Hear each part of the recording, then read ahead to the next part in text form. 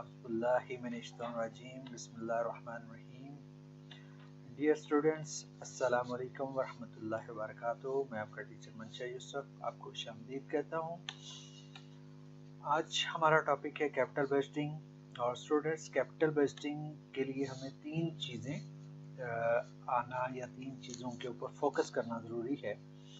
Number one, हमें पता होना चाहिए कि रेलिवेंट कैश फ्लोज कैसे कैलकुलेट करते हैं। नंबर टू, हमें टाइम वैल्यू ऑफ मनी के फार्मूले आने चाहिए जो कि ऑलरेडी आपको एक्सप्लेन किए जा चुके हैं। और कैपिटल बजटिंग टेक्निक्स का आपको पता होना चाहिए। जो फार्मूले हैं हमारे एनपीवी, आईआरआर, प्रॉफिटेबिलिटी इंडेक्स और आपके पास जो है पे बैक पीरियड, ये फार्मूले आपको आने चाहिए। तो अब हम देखते हैं कि रेलेवेंट कैश फ्लोज हम कैसे कैलकुलेट करेंगे। तो स्टूडेंट्स, इसमें तो टर्म मैंने यूज़ किया रेलेवेंट कास्ट, लेकिन आप अपने ज़हन में रख लें कि ये रेलेवेंट रेवेन्यू और रेलेवेंट कास्ट दोनों के लिए हमारी एक ही ऑलमोस्ट डेफिनेशन होंगी, एक ही जैसा तरीकाकार होगा। तो रेलेवेंट कैश फ्लोज कौन से हैं? कोई कास्ट या रेवेन्यू कब रेलेवेंट होता है? जब ये आपके डिसीजन से इफेक्ट हो।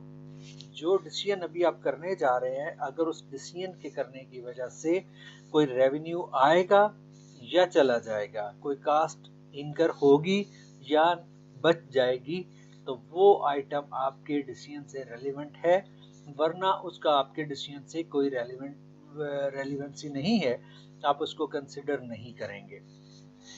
या ऐसा कोई कास्ट या रेवेन्यू का एलिमेंट जो आपके डिसीजन को अफेक्ट कर सकता है, वो रेलिवेंट होगा। अगर हम कैरेक्टरिस्टिक देखें रेलिवेंट रेवेन्यू कॉस्ट की या रेलिवेंट कैश फ्लोज की, तो उसमें तीन फीचर्स होने चाहिए। नंबर वन, फ्यूचर ओरिएंटेड, कि आपके जो कास्ट है या रेवेन्यू है वो फ्यूचर में इनकर एक्रू होना चाहिए, फ्यूचर ओरिएंटेड होना चाहिए, इनके फ्यूचर में हैपन होना चाहिए। अगर कोई पास्ट की कास्ट है या पास्ट का रेवेन्यू है, ऑलरेडी हो चुका है, तो हमारे डिसीजन से या हमारे इस प्रॉब्लम इन हैंड से रेलेवेंट नहीं है। तो ऐसी कास्ट या ऐसा रेवेन्यू जो फ्यूचर में होना है, दैट इज रेलेवेंट। दूसरा फीचर है cash flow. Non cash item को हम इंक्लूड नहीं करते। हमारा जो यहाँ पर रेलेवेंट कास्ट या रेवेन्यू आइटम होगा, that must be in the nature of cash, कि उसकी वजह से कोई कैश इनफ्लो हो या कोई कैश आउटफ्लो हो, या कोई और एसेट आपका इनफ्लो या आउटफ्लो हो।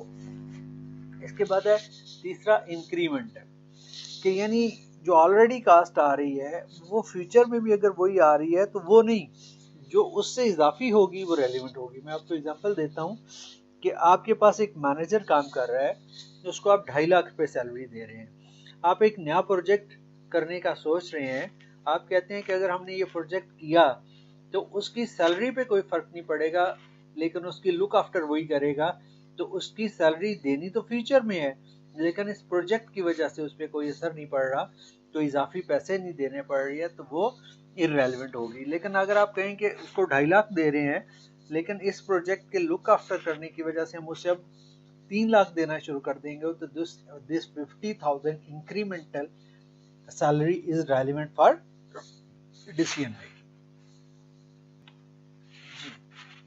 इसके बाद रेलेवेंट कैश फ्लो से रिलेटेड एक टर्म हम यूज करते हैं, अपॉर्चुनिटी कास्ट।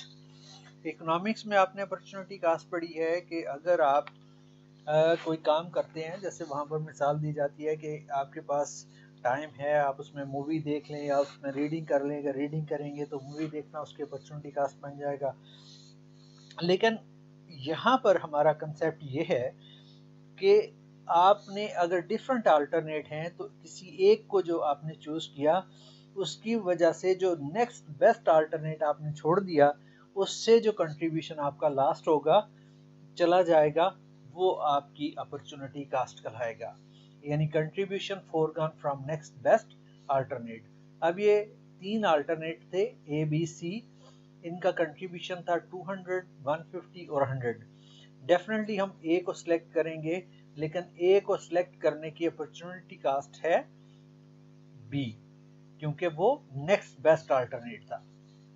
तो ये वाहिद एग्जाम्पशन है। ऊपर जो हमने कैरेक्टरिस्टिक पढ़े, ये हमारे पैसे नहीं लग रहे, लेकिन ये अपॉर्चुनिटी कास्ट हमारे डिसीजन मेकिंग के लिए रेलिवेंट होगी।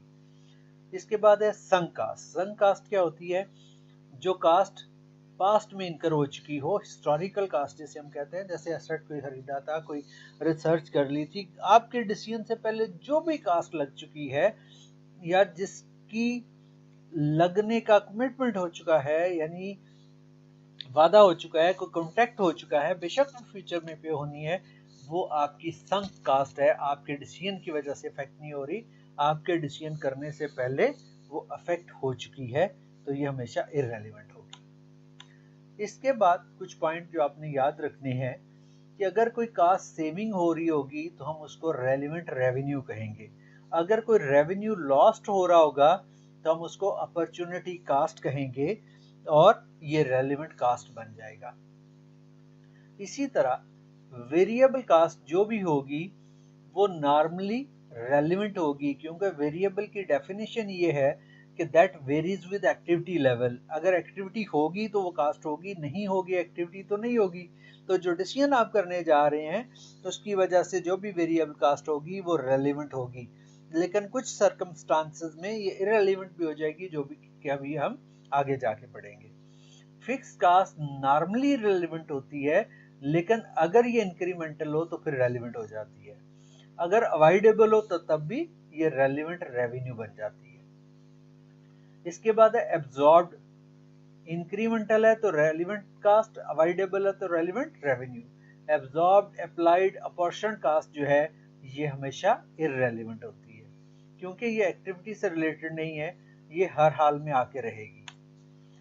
अच्छा जी, जो अभी हमने कहा कि एग्जाम्पशन है इस रूल में कि नॉर्मली वेरिएबल कास्ट रेलिवेंट होती है लेकिन कभी इररेलेवेंट भी हो जाती है, तो यहाँ पर उसकी कुछ एग्जांपल्स हैं। एक होती है हमारी वेरिएबल कास्ट मटेरियल की।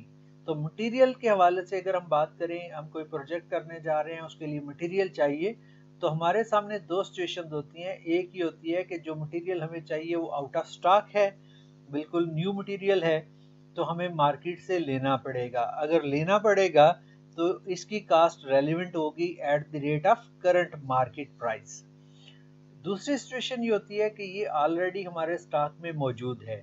अगर ये स्टॉक में मौजूद है तो अभी थोड़ी देर पहले हमने पढ़ा था कि ये संक कास्ट है, क्योंकि ये पास्ट में परचेज किया गया था, हमारे इस डिसीजन से पहले इफेक्ट हो चुका है, तो ये संक कास्ट है, इररेलेवेंट है। लेकिन हम देखेंगे कि इसकी कोई अपॉर्चुनिटी कास्ट तो अराइज नहीं हो रही। अब यहाँ पर देखें, इन स्टॉक में है तो फिर दो चीजें आगे होंगी। एक चीज होगी हैव अदर यूज, यानी ये रेगुलर यूज में आने वाला है। दूसरा हैव नो अदर यूज, ये रेगुलर इस्तेमाल में नहीं आता, पहले किसी काम के लिए खरीदा था और अब वैसे ही पड़ा है, कोई और काम इसका नहीं हो सकता। तो अब अगर नहीं कोई और काम, तो फिर इसके फर्दर तीन ऑप्शन निकलते हैं कि इसकी स्क्रैप वैल्यू है, ये स्क्रैप में बेचा जा सकता है। तो अगर स्क्रैप में बेचा जा सकता है तो ये हमारे नेक्स्ट बेस्ट अल्टरनेट है। पहला अल्टरनेट के इस प्रोजेक्ट में यूज कर लें, सेकंड बेस्ट के इसको स्क्रैप में बेच दें। तो जो रेलिवेंट हो जाएगी कास्ट हमारी, वो स्क्रैप वैल्यू के बराबर होगी, क्योंकि ये अपॉर्चुनिटी कास्ट बन जाएगी। अगर उसकी स्क्रैप वैल्यू नहीं है तो फिर ये इररेलेवेंट हो जाएगा, क्योंकि इसका कुछ भी नहीं मिलना, इस प्रोजेक्ट में इस्तेमाल कर लेंगे तो कोई फायदा हो जाएगा, तो इस प्रोजेक्ट को इसकी कास्ट एलोकेट नहीं की जाएगी, ये इररेलेवेंट हो जाएगी इसकी कास्ट, क्योंकि ये संक कास्ट है। लेकिन अगर इसको डिस्पोज ऑफ करने पे कोई खर्चा आएगा, कंट्री के कुछ लेजिस्लेशन है कि आप इसको किसी खास वे में डिस्पोज करेंगे, तो अब अगर हम इस प्रोजेक्ट में यूज कर लेंगे तो इससे हमारी जो कास्ट बचेगी वो रेलिवेंट रेवेन्यू बन जाएगा, यानी डिस्पोजल कास्ट के इक्वल हम रेलिवेंट रेवेन्यू लिखेंगे। दूसरा था have other use, regular use का आइटम है, तो उसमें फिर देखेंगे कि ये इजीली अवेलेबल है मार्केट में, तो फिर अगर हम वहां से उठा के इस प्रोजेक्ट में इस्तेमाल करेंगे तो उस काम के लिए दोबारा मंगवाना पड़ेगा, तो फिर ये ऐसे ही है कि हम उधार उठा रहे हैं, उससे मंगवा के देना पड़ेगा, तो ये रेलिवेंट एट मार्केट प्राइस, ये मटेरियल प्राइस रेट लिखा हुआ है इसको मार्केट प्राइस कर लें। अगर स्केर्स सप्लाई है तो फिर इसका मतलब है कि ये हम यूज नहीं, इधर अगर यूज करेंगे तो जिस जगह पे और यूज होना था वो काम रुक जाएगा, उस पर नुकसान हो जाएगा। तो फिर इसकी रेलिवेंट कास्ट एक तो परचेज प्राइस होगी plus contribution foregone from alternate use, और जिस जगह इस्तेमाल करना था वहां से जो कंट्रीब्यूशन आना था वो भी अब यहाँ पर अपॉर्चुनिटी कास्ट बन जाएगा। तो ये मटेरियल के हवाले से है। दूसरा हमारे पास जो वेरिएबल कास्ट है वो लेबर है। लेबर में हमारे पास क्या होता है, आइडल टाइम एग्जिस्ट। हमारे पास आइडल टाइम है, यानी लेबर 8 घंटे के लिए ली थी, 5 घंटे काम करती है, 3 घंटे फ्री रहती है। तो अगर 3 घंटे का काम उन्हें दे दें तो उसकी कास्ट इररेलेवेंट है, क्योंकि हमारे डिसीजन की वजह से कास्ट इंक्रीज नहीं हो रही।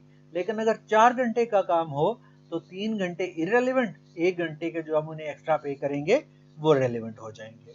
इसी तरह अगर उनके पास आइडल टाइम नहीं है और वो लेबर मार्केट में इजीली अवेलेबल है तो फिर मार्केट से बुलाएंगे तो वो रेलेवेंट एट मार्केट रेट हो जाएगी। अगर स्केर्स है तो वही मटेरियल की तरह जाहिर है फिर किसी और काम से हटा के ये काम करवाएंगे तो वो काम रह जाएगा, फिर ये रेलेवेंट एट ओल्ड रेट हो जाएगी। और contribution foregone from other use वो भी अपॉर्चुनिटी कास्ट बन जाएगा। तो ये स्टूडेंट्स आपका रेलेवेंट कास्टिंग की रिवीजन हो गई। टाइम वैल्यू ऑफ मनी आप ऑलरेडी पढ़ चुके हैं, अब आप कैपिटल बजटिंग की तरफ जा सकते हैं। तो इंशाल्लाह फिर किसी टॉपिक के साथ नई वीडियोस में आपसे मुलाकात होगी। खुदा हाफिज़।